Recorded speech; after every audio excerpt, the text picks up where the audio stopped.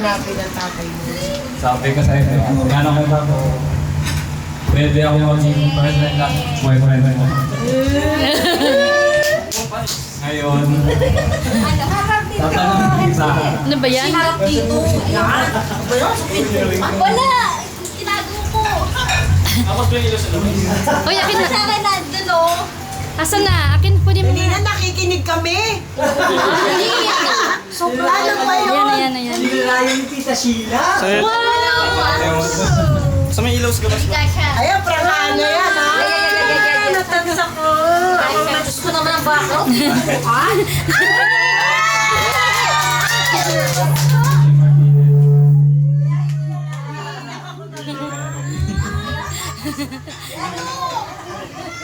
May pambili. Oo, huwag ka mag-bike. Kailangan na kamay pa. Alam mo, naiiyak.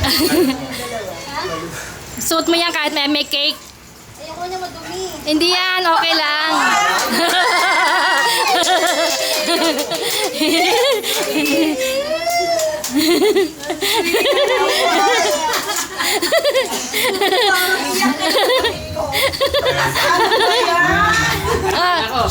Thank you kay Tita kasi plano namin dalawa yan.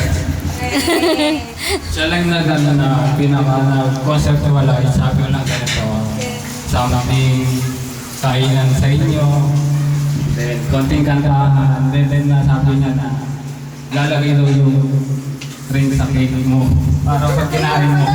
Sabi, hindi naman ako makain talaga ng cake. May cake party! May cake party! May pipilitan. Kakain ko na ng cake.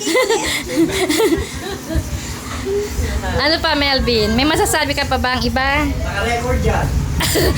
Love you. Kinikinig ata. Ito sagot. Saan tanong na will you marry me? Uy, oo nga, hindi ko... Ulit. Parang hindi ko narinig. Oh, tayo ka muna doon. Eh, ano ba yan? Tayo ka muna doon. Dalawa. Tingin kayo dito sa akin para... Tanong ulit. Kasi hindi ko narinig.